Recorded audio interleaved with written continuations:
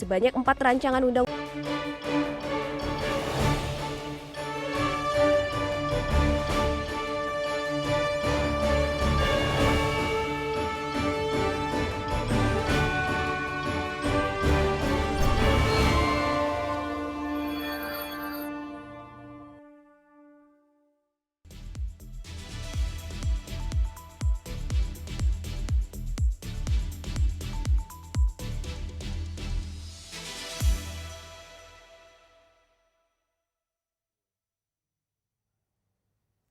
Apa kabar pemirsa TVR Parlemen dimanapun Anda berada, berjumpa kembali dalam program TVR 17 bersama saya Nazia Sudirja.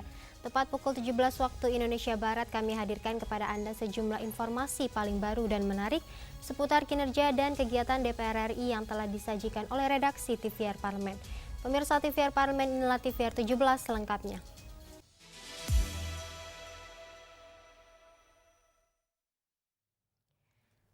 Badan Kerjasama Antar Parlemen DPR RI secara resmi menggelar kegiatan Bulan Solidaritas Palestina tahun 2025 sepanjang bulan November 2025, termasuk Solidarity Run dan Konferensi Regional Palestina bersama Majelis Ulama Indonesia.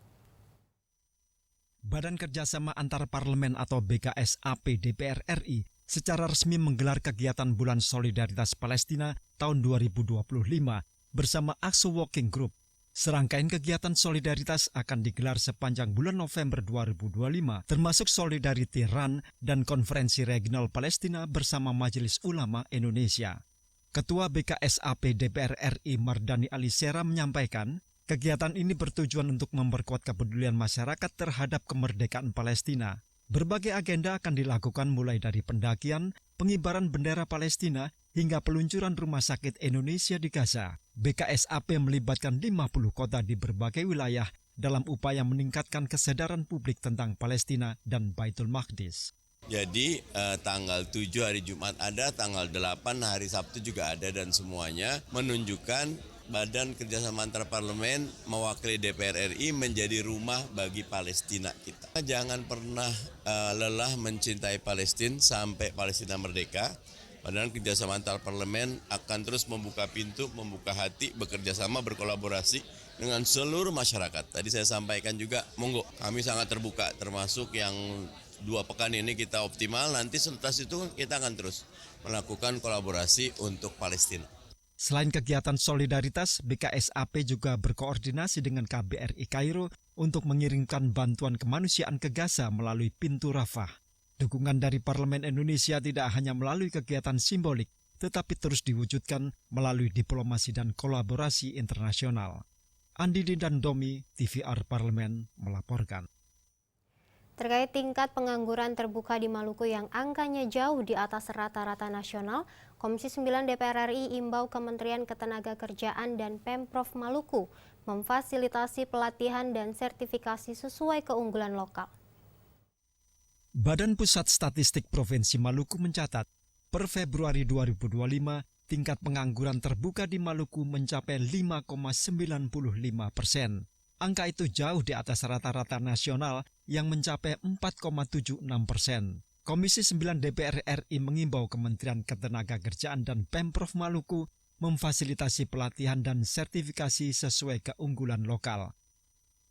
Anggota Komisi 9 DPR RI Edi Wuryanto mengungkapkan, Maluku yang merupakan wilayah kepulauan perlu menonjolkan pelatihan dan sertifikasi di bidang maritim. Menurutnya, saat ini banyak masyarakat Maluku yang memiliki kompetensi di bidang maritim namun belum tersertifikasi. Kan dulu BLK di Maluku itu keunggulannya adalah di bidang maritim. Bahkan pernah menjadi center. Padahal kalau kita lihat kebutuhan tenaga maritim kita tinggi, tapi rata-rata mereka tidak memiliki sertifikasi. Bahkan negara lain pun seperti Jepang, Korea, bahkan negara Eropa butuh tenaga kelautan loh, maritim loh. Tapi rata-rata mereka tidak memiliki pelatihan dan sertifikasi. Pergeseran BLK yang dulu dimiliki oleh provinsi bergeser ke pusat mengakibatkan tata kelola pemerintah pusat tidak bisa menjangkau berkomunikasi dengan seluruh anak-anak muda di Maluku. Ini yang perlu dievaluasi oleh kementerian. Edi Wuryanto juga mendorong Kepala Balai Pelatihan Vokasi dan Produktivitas Ambon untuk melakukan banyak inovasi dengan memanfaatkan teknologi informasi. Tujuannya agar masyarakat muda Maluku tertarik mengikuti pelatihan bersertifikasi untuk mengurangi angka pengangguran. Dari Maluku, Noki Tampu-Bolon, TVR Parlemen melaporkan. Selanjutnya pemirsa, Mahkamah Kehormatan Dewan DPR RI resmi menggelar persidangan pelanggaran kode etik terhadap 5 anggota DPR RI yang telah dinonaktifkan guna mencari kejelasan terkait rangkaian peristiwa yang terjadi pada 15 Agustus hingga 3 September 2025. Mahkamah Kehormatan Dewan DPR RI resmi menggelar persidangan pelanggaran kode etik terhadap 5 anggota DPR RI yang telah dinonaktifkan. Sidang yang dipimpin langsung oleh Ketua MKD DPR RI, Nazaruddin Dekgam ini menghadirkan 3 saksi, yakni Deputi Persidangan DPR RI, Koordinator Orkestra Sidang Tahunan MPR, DPR, dan DPD RI tahun 2025, serta Wakil Ketua Koordinatoriat Wartawan Parlemen. Dalam pembukaannya, Nazaruddin Dekgam menjelaskan MKD DPR RI menerima surat dari pimpinan DPR RI untuk melakukan pemeriksaan pendahuluan. Tujuannya untuk mencari kejelasan terkait rangkaian peristiwa yang terjadi antara tanggal 15 Agustus hingga 3 September 2025. Sebagaimana kita ketahui, ada 5 anggota DPR RI yang telah dinyatakan nonaktif oleh partai masing-masing, yaitu 1. Dr. Insyur Adis Kadir, SHM Hum. 2. Nafa Indria Urbah. 3. Surya Utama, SIP. 4.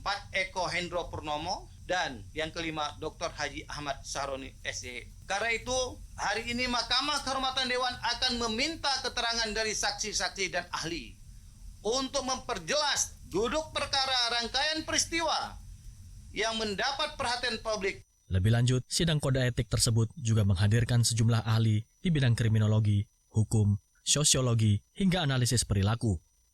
Mereka diminta memberikan analisis terkait beredarnya sebuah video di berbagai platform media sosial yang menampilkan narasi anggota DPR RI berjoget pada sidang bersama MPR, DPR, dan DPD RI tahun 2025. Adila dan Rian, TVR Parlemen melaporkan. DPR RI sambut positif keputusan penurunan biaya penyelenggaraan ibadah haji tahun 2026 menjadi 87,4 juta rupiah sebagai bentuk efisiensi dan keberpihakan terhadap calon jemaah haji. Informasi selengkapnya usai jeda, tetaplah bersama kami di TVR 17.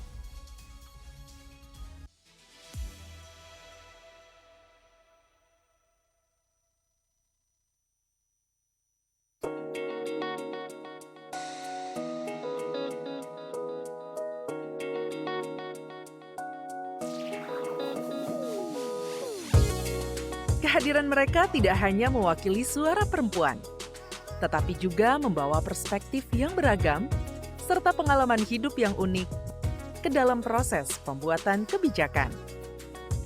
Saksikan Perempuan Parlemen hanya di TVR Parlemen. Selamat datang di Biro Pemberitaan Parlemen. Anda memasuki kawasan zona integritas menuju wilayah bebas dari korupsi atau WBK. Dan wilayah birokrasi bersih dan melayani atau WBBM. Biro Pemberitaan Parlemen berkomitmen penuh untuk mewujudkan wilayah bebas korupsi dan wilayah birokrasi bersih dan melayani. Komitmen kami, pejabat dan jajaran memiliki komitmen tinggi untuk mewujudkan WBK dan WBBM melalui reformasi birokrasi, khususnya dalam hal pencegahan korupsi dan peningkatan kualitas pelayanan publik. Kedua, bebas dari korupsi dengan terwujudnya wilayah bebas korupsi atau WBK, yang artinya bebas dari KKN, gratifikasi, dan dari segala bentuk pungutan liar atau pungli. Terakhir, pelayanan prima dengan terwujudnya wilayah birokrasi bersih melayani, yaitu dengan meningkatnya kualitas pelayanan publik dan tercapainya kepuasan masyarakat terhadap pelayanan.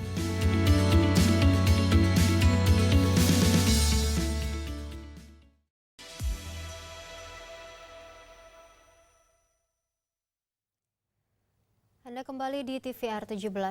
Pemirsa, DPR RI menegaskan bahwa penurunan biaya haji tidak boleh mengorbankan kualitas pelayanan, keamanan, dan kenyamanan jemaah selama menjalankan ibadah di Tanah Suci.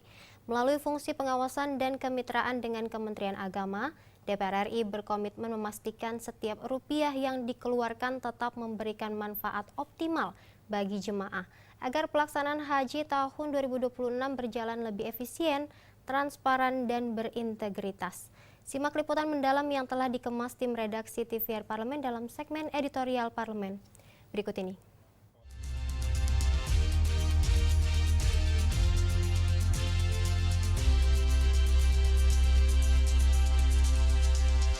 Ya, bagaimana ini keputusan kita turunkan sampai 2 juta rupiah? Setuju? Setuju. Pak Jabat Pemerintah, terutama Oke. ini? Ya, kami setuju. Setuju.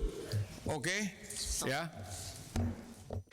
Setiap tahun, masyarakat Indonesia yang sudah mendaftar haji menanti panggilan untuk berangkat ke Tanah Suci. Sidang di gedung parlemen yang membahas biaya dan kesiapan haji bukan sekedar agenda rutin, melainkan cerminan dari tanggung jawab negara terhadap para jemaahnya. Komisi 8 DPR sebagai representasi rakyat memiliki peran sentral dalam memastikan setiap detail perjalanan suci tersebut terencana dengan matang. Pembahasan biaya dan kesiapan ibadah haji antara Komisi 8 DPR RI dengan Kementerian Haji dan Umroh adalah bentuk pengawasan konstitusional untuk melindungi jemaah, memastikan pengelolaan dana publik yang transparan, dan mengevaluasi kualitas layanan haji secara menyeluruh. Pada 27 Oktober 2025, pemerintah melalui Kementerian Haji dan Umroh mengusulkan biaya penyelenggaraan ibadah haji atau BPIH tahun 1447 Hijriah sebesar 88,4 juta rupiah per jamaah dengan rincian 54,9 juta dibayarkan oleh jemaah dan 33,4 juta berasal dari nilai manfaat pengelolaan keuangan haji. Namun, Komisi 8 DPR RI menilai usulan tersebut masih terlalu mahal dan masih bisa diturunkan lagi melalui efisiensi biaya penerbangan dan akomodasi. Setelah melalui proses penyisiran secara ketat, pada 29 Oktober 2025, Komisi 8 DPR RI dan pemerintah sepakat BPIH tahun 2026 sebesar 87,4 juta rupiah per jemaah atau turun sebesar 2 juta rupiah dibandingkan dengan tahun 2025. Jumlah tersebut terdiri dari nilai manfaat sebesar 33,2 juta rupiah dan BPIH atau biaya yang harus dibayar jemaah yakni sebesar 54,1 juta rupiah. Dengan begitu, BPIH tahun 2026 turun sebesar 1,2 juta rupiah dibandingkan dengan tahun 2025. Ketua Komisi 8 DPR RI Marwanda Sopang menegaskan, Komisi 8 dan pemerintah telah menyepakati bahwa seluruh aspek layanan mulai dari akomodasi, konsumsi, hingga transportasi akan diberikan dengan kualitas terbaik. Dari 87 juta ini nilai manfaat menjadi 33.215.558, sementara BP itu dibayarkan jamaah sebesar 54.193.806 rupiah. Kami bersepakat dan berkomitmen dengan pemerintah bahwa kita telah mengunci di awal pelayanan tetap terbaik bagi jamaah. Sementara itu, Wakil Ketua Komisi 8 sekaligus Ketua Panja Haji Abdul Wahid menyampaikan, pengambilan keputusan cepat perihal BPIH tahun 2026 memberikan kelonggaran waktu kepada calon jemaah haji Indonesia untuk melakukan pelunasan biaya haji. Kenapa ini kami juga memberikan keputusan yang cepat, diantaranya kami melihat masyarakat ini untuk pelunasan ini kami akan lebih kasih waktu yang longgar. Jadi ini November, Desember, Januari, Februari, Maret, April. Jadi masih ada waktu sekitar 5-6 bulan masyarakat kita kasih kesempatan untuk melunasi daripada biaya haji tersebut. Kementerian Haji dan Umroh menyatakan penurunan biaya haji yang harus ditanggung oleh jemaah merupakan bagian dari komitmen Presiden Prabowo Subianto. Menurut Kementerian Haji dan Umroh, komitmen tersebut dapat berjalan dengan baik berkat dukungan Komisi 8 DPR RI yang turut berperan dalam mengoptimalkan penurunan biaya penyelenggaraan ibadah haji melalui pemangkasan biaya yang dinilai tidak efisien.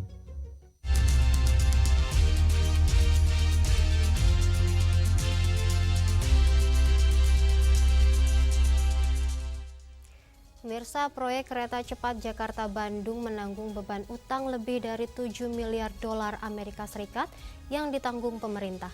Beban utang yang besar tersebut butuh sinergitas antar stakeholder agar penyelesaiannya tidak membebani fiskal APBN. Informasi selengkapnya usai jeda, tetaplah bersama kami di TVR 17.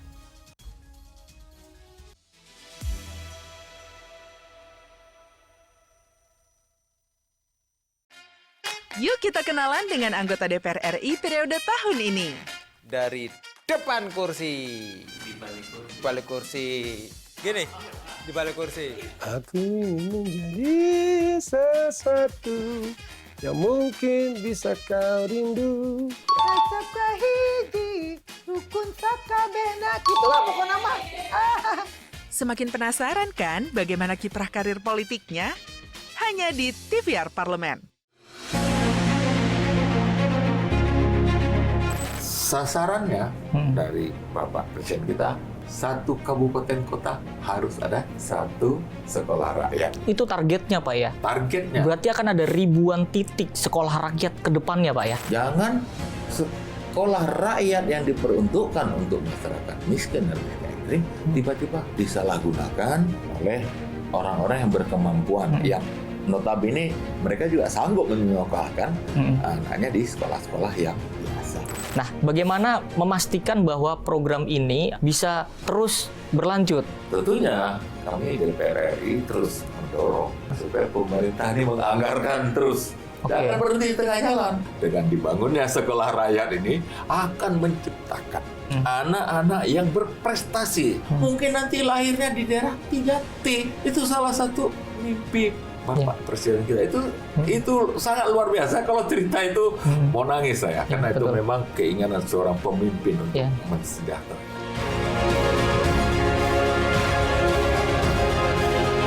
Hanya di TVR Parlemen.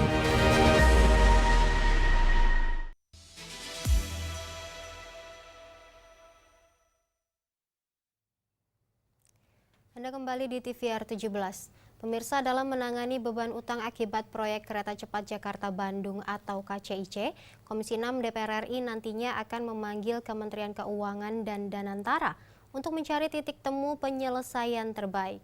Untuk selengkapnya berikut laporan rekan kami Dadi Ramadan dari Gedung DPR RI Senayan, Jakarta.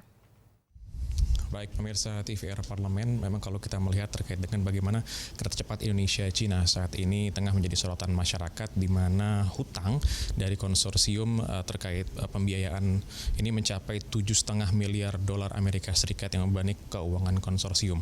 Lalu juga terutama BUMN yang di dalamnya ini menegaskan bahwa pemerintah nantinya tidak akan menggunakan dana APBN dalam pembiayaan terkait KCIC atau kereta cepat Indonesia-Cina ini. Dan sudah bersama kami Ketua Komisi 6 DPR RI Bu Anggia Ermarini untuk membahas terkait bagaimana Bu, kalau kita melihat sebesarnya hutang KCIC ini kan juga kita melihat ini menyita perhatian publik. Lalu bagaimana Komisi 6 melihat kondisi finansial ini dan juga sejauh mana pembengkakan biaya ini bisa dibenarkan Bu? Ini kondisinya kan memang sangat berat ya. Jadi bagi BUMN, bagi korporasi tentunya ini sangat berat sekali karena di awal pembentukannya atau awal kemarin investasi pertama itu memang tidak dihandle langsung oleh pemerintah gitu ya, oleh negara. Lalu kemudian kan berlanjut sampai sekarang. Yang hutangnya kita melek aja hutangnya udah langsung banyak dan saya nggak tahu sampai kapan. Saya sudah berapa puluh tahun yang akan datang itu belum bisa terbayarkan. Nah, kami memang di Komisi 6 meminta untuk negara ikut dalam kemelut ini gitu ya, untuk bisa menangani begitu, untuk membantu menangani. Karena kalau tanpa itu ini yang korporasi atau BUMN nggak akan bisa untung selamanya, susah gitu. Dan dengan adanya misalnya Danantara, lalu ada komunikasi, kalau kita misalnya harus menanggung itu semua, ini di beberapa BUMN yang lain juga harus ikut loh menanggung utang itu. Jadi tidak hanya kereta api saja, tetapi juga BUMN yang lain juga ikut menanggung itu. Nah, kita akan bicara dengan Danantara juga. Kalau cita-citanya Pak Presiden Danantara ini menjadi sebuah entitas yang bisa berkembang, tetapi kalau di awal itu sudah menanggung hutang yang endless kayak gini, ini juga susah gitu. Menurut kami sih susah untuk bisa berkembang. Meskipun kemudian kita pasti ada jalan keluar. Jadi kita bisa diskusi dengan Pak Menkyu juga gitu ya. Kita bisa diskusi gimana caranya supaya negara juga tidak terugikan, BUMN tetap berkembang dengan baik. Cita-cita bahwa Indonesia punya korporasi yang besar dan punya bisa mengambil atau bisa menghasilkan dividen yang lebih besar, ini juga bisa terwujud gitu. Ibu tadi sempat menyinggung akan berkoordinasi dengan Pak Menteri Keuangan nih. Lalu tuh kalau misalkan seandainya Kementerian Keuangan tetap tidak ingin membiayai dengan menggunakan APBN, apakah ada skema lain? Kita diskusi dulu. Kan belum. Jadi kita diskusi, ngobrol dulu. Pak Menkyu kan juga baru ngomong juga gitu kan, meskipun sudah beberapa kali. Tetapi kita nggak ada jalan mentok, itu nggak ada. Pasti di situ ada kesulitan, di situ ada jalan, Mas ya. Kita cari itu jalan itu. Nah, juga kan ada rencana untuk menambah rute nih sampai ke Surabaya, yang tadinya cuma sampai Bandung. Lalu Komisi 6 ini melihat realistis nggak nih di tengah kondisi perekonomian seperti sekarang? Ini harus diperhatikan. Pengalaman di WUS yang KCIC itu harus pengalaman itu harus diambil, lalu kemudian kalaupun toh misalnya akan jadi ke rute Surabaya, itu harus dihitung sebenar-benarnya. Jadi jangan sampai kemudian negara juga rugi, lalu kemudian BUMN-nya juga rugi gitu. Jadi jangan sampai seperti itu. Memang jalur dari Jakarta ke Surabaya lebih menjanjikan ya dibandingkan dengan dengan Jakarta Bandung. Jakarta Bandung sih sebenarnya menarik juga, tetapi kan karena di awal investasinya tinggi banget dan itu keren banget loh anyway. WUS itu keren banget. Tetapi kita tetap harus diperhatikan secara cermat begitu supaya tidak bingung di kemudian hari. Nah, catatan selain pembiayaan yang begitu besar di awal Bu, untuk nanti seandainya memang benar-benar nih Jakarta Surabaya ini benar-benar terrealisasi apa Bu dari Komisi 6? Ya kita lihat dulu perencanaannya kayak apa. Kita belum dengar secara detail kok. Ini kan juga baru rumor-rumor juga kan. Belum ada official dari BUMN atau Kementerian Perhubungan, kita mau bikin. Nah, kalau misalnya ini ya kita diskusi dulu gimana kita bedah bareng-bareng gitu. Terima kasih banyak Bu Anggia, selamat bertugas kembali Bu.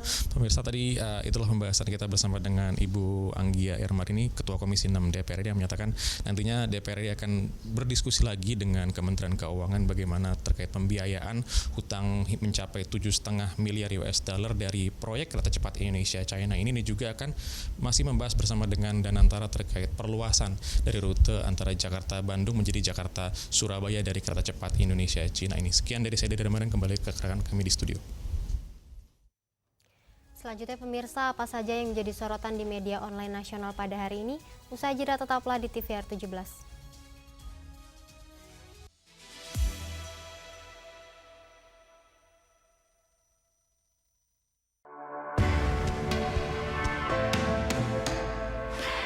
Dari ruang sidang Senayan, Jakarta, menyajikan liputan langsung kinerja DPR RI.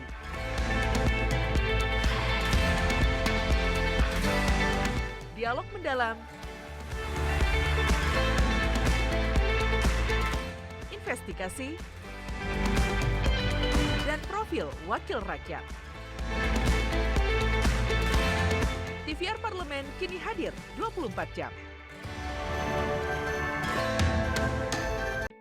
Selamat datang di Biro Pemberitaan Parlemen. Anda memasuki kawasan zona integritas menuju wilayah bebas dari korupsi atau WBK. Dan wilayah birokrasi bersih dan melayani atau WBBM. Biro Pemberitaan Parlemen berkomitmen penuh untuk mewujudkan wilayah bebas korupsi dan wilayah birokrasi bersih dan melayani. Komitmen kami, pejabat dan jajaran memiliki komitmen tinggi untuk mewujudkan WBK dan WBBM melalui reformasi birokrasi, khususnya dalam hal pencegahan korupsi dan peningkatan kualitas pelayanan publik. Kedua, bebas dari korupsi dengan terwujudnya wilayah bebas korupsi atau WBK, yang artinya bebas dari KKN, gratifikasi, dan dari segala bentuk pungutan liar atau pungli.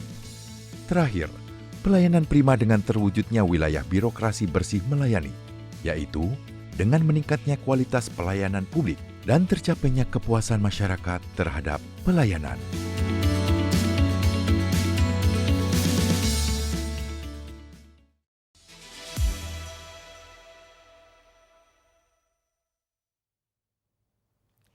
Anda kembali di TVR 17. Pemirsa, kali ini kita masuk ke segmen media online nasional. Mari kita simak isu apa saja yang menjadi sorotan media serta tanggapan dari sejumlah anggota Dewan bersama rekan kami Rini Reski. Silakan Rini.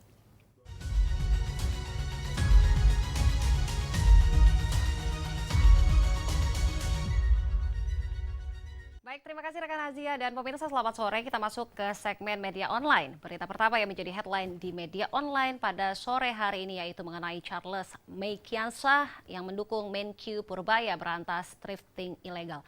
Kita lihat pemirsa di layar kaca. Baik, tentunya dari beberapa media yang terbit pada hari ini di sini, anggota Komisi 6 DPR RI yaitu Charles Meikiansah memberikan dukungan penuh terhadap langkah Menteri Keuangan bersama Menteri Koperasi dan juga UKM. Di sini Purbaya Yudi Sadewa dalam memberantas praktik thrifting ilegal yang marak di pasar dalam negeri. Dan DPR RI menilai peredaran barang impor bekas tanpa izin resmi tidak hanya melanggar ketentuan perdagangan, tetapi juga merugikan industri tekstil nasional serta pelaku UMKM lokal yang berjuang untuk bersaing secara sehat. Oleh karena itu, pengawasan di pintu masuk impor dan juga penegakan hukum terhadap pelaku thrifting ilegal perlu diperketat agar ekosistem perdagangan dalam negeri tetap adil dan juga berdaya saing. Di sini, Charles juga menegaskan bahwa DPR RI siap mendukung kebijakan lintas kementerian yang bertujuan menjaga keberlanjutan industri dalam negeri, sekaligus melindungi konsumen dari potensi bahaya produk tekstil bekas impor yang tidak memenuhi standar kesehatan. Dan tentunya, upaya pemberantasan thrifting ilegal diharapkan bukan hanya bersifat represif, tetapi juga diiringi dengan strategi pemberdayaan UMKM lokal melalui pelatihan, akses pembiayaan dan juga promosi produk dalam negeri. Dengan demikian, kebijakan ini tidak sekedar menindak, tetapi juga membangun kemandirian ekonomi nasional secara berkelanjutan. Kita beralih pemirsa ke berita selanjutnya yang juga menjadi headline di media online pada sore hari ini, yaitu Pansus DPR RI dorong pembentukan Badan Nasional Penyelesaian Reforma Agraria. Kita lihat kembali layar kaca. Baik pemirsa, di sini Wakil Ketua DPR RI yaitu Sufmi Dasko Ahmad menegaskan komitmen DPR dalam mempercepat penyelesaian konflik agraria yang masih berlarut-larut. Sebagai tindak lanjut, pimpinan DPR RI, Koordinator Bidang Politik dan juga Keamanan menerangkan bahwa Panitia Khusus Penyelesaian Reforma Agraria telah bersepakat untuk mendorong pemerintah membentuk Badan Nasional Penyelesaian Reforma Agraria. Kehadiran Badan Nasional Penyelesaian Reforma Agraria diharapkan dapat menjadi solusi konkret dalam menuntaskan persoalan yang selama ini menimbulkan ketidakpastian bagi masyarakat tentunya. Khususnya pemirsa, yaitu petani dan juga kelompok masyarakat kecil. Dan hal ini sudah sesuai semangat Presiden Prabowo Subianto, yakni menutup permasalahan yang berkaitan dengan kepentingan rakyat. Baik pemirsa, itu tadi headline di media online pada hari ini yang saya sampaikan terkait dengan Charles yang mendukung Menkyu Purbaya berantas thrifting ilegal, serta Pansus DPR RI yang mendorong pembentukan Badan Nasional Penyelesaian Reforma Agraria. Sekian dari saya Rini Reski, kembali ke rekan Nazia. Terima kasih, selamat sore dan sampai jumpa.